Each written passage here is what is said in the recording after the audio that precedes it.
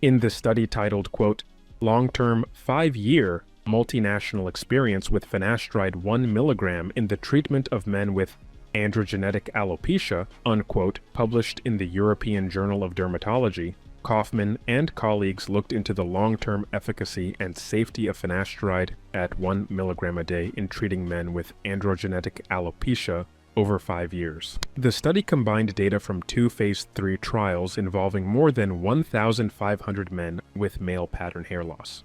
Over 5 years, men who consistently took finasteride experienced a significant increase in hair count compared to baseline, reaching a peak at 12 months. Although the improvement slightly decreased afterward, it remained consistently higher than the starting level, resulting in an average increase of 38 hairs in the designated target area by the end of the study. Men on finasteride also demonstrated noticeable improvements in patient self-assessment scores, investigator ratings, and global photographic assessments. In contrast, men who received a placebo experienced a steady decline in hair count, culminating in an average loss of 239 hairs in the same area over 5 years. Finasteride's effectiveness appeared to peak after 1 to 2 years of treatment within the confines of the 5-year study. In other words, research shows that finasteride increases the number of hairs in the growth phase, in anagen, and normalizes the balance between growth and resting phases. This effect is similar to releasing a brake, letting hair follicles grow freely without the inhibitory influence of DHT. The authors make a statement, though, in the discussion section of the paper. They say, quote, "Based on the predefined endpoints utilizing photographic methods, hair counts, and global photographic assessment, peak efficacy was observed at 1 to 2 years of treatment with finasteride. This observation of an apparent peaking effect is likely due, in part, to the previously reported beneficial effects of finasteride on the hair growth cycle, based on a phototrichogram study.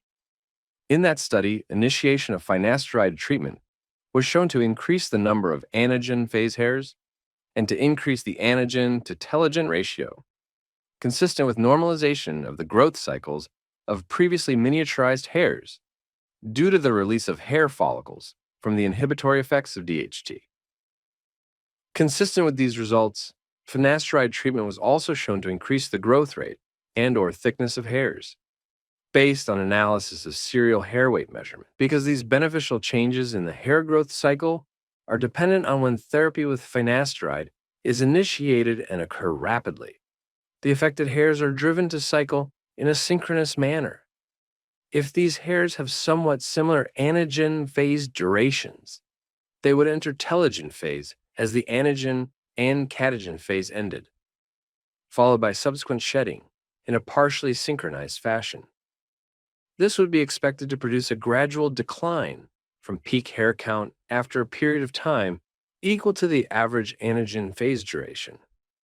Eventually, as subsequent growth cycles recurred, these hairs would be expected to become increasingly independent, thereby losing their synchronous character as their growth cycles further normalize over time, leading to a sustained increase in hair count at a plateau above baseline, as suggested by the 5-year data presented here." Unquote. initially the treated hairs grow and shed in sync due to this sudden release by 5-alpha reductase inhibition and thus from DHT suppression. As their growth cycles normalize over time, hair from hair follicles desynchronize and shedding decreases, leading to a stable hair count above baseline.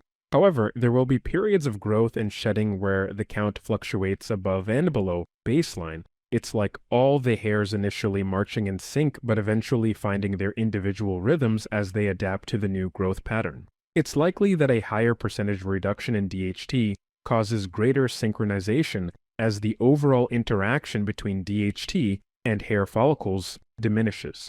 For example, the 2006 Olson and colleagues study on dutasteride showed a decrease in scalp DHT of 50% to around 80% at doses of 0.5 milligram up to 2.5 milligram. A similar shedding pattern may occur with strong treatments. That being said, how the follicles synchronize also depend on which stage the hair follicles are currently in. Let's make some things clear here. Shedding can occur when you start treatment, and it can even delay for a whole year. The truth is, no one can tell you how long it will take for your shedding to subside. You even have your natural shedding that occurs on hairs that are more DHT resistant.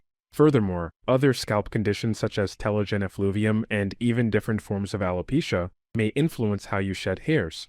So, if you're asking for a time frame for when your shedding will stop, this is an impossible task due to the different genetics and environmental circumstances one may be going through. The best thing to do would be to stay on your hair loss treatment stack. Don't remove and add things too frequently. People typically do this when they want to see results as soon as possible. This is faulty thinking and could also cause increased shedding. People also need to temper their expectations and be realistic. If you started late on treatment and you're a Norwood 5, don't expect to get to a Norwood 3. Even if you see people on the internet making such improvements, they are outliers.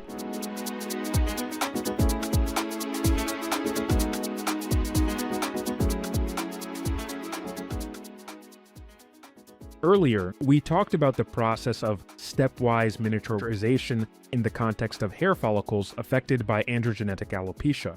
In the article, quote, Male Androgenetic Alopecia, unquote, Layla Asfour, William Cranwell, and Rodney Sinclair describe stepwise miniaturization as the gradual shrinking of hair follicles over multiple growth cycles. This results in progressively finer, shorter, and less pigmented hairs due to the effects of dihydrotestosterone, DHT, ultimately leading to visible thinning or balding. However, I'm going to coin a new term, stepwise follicular augmentation. Stepwise follicular augmentation is the reverse of stepwise miniaturization. Essentially, if the environment around a DHT-sensitive hair follicle is sufficiently deprived of DHT and the follicle isn't too damaged from previous exposure, it may, given enough time and subsequent growth cycles, return to an anagen length similar to or the same as it was before the onset of androgenetic alopecia. So remember that the normal range of anagen hair growth is between 3 to 7 years, depending on factors like gender and race.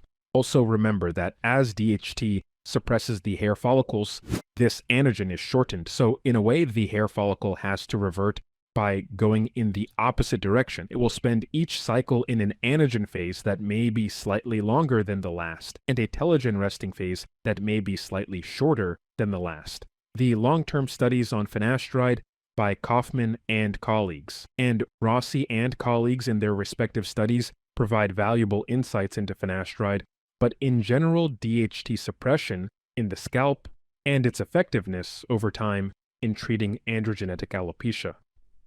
Kaufman's 5-year study demonstrated synchronized growth, while Rossi's decade-long study further detailed how finasteride's benefits evolve.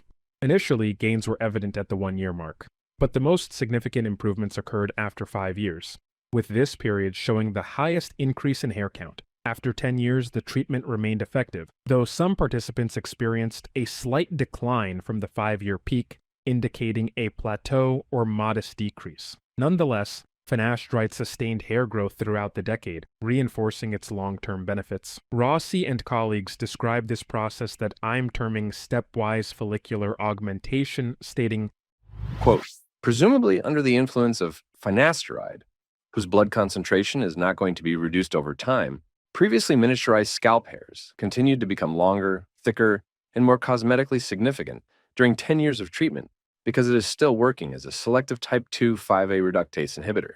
Since miniaturization of scalp hairs in androgenetic alopecia develops over a period of many years, it is not surprising that reversal of this process may also take a number of years, unquote.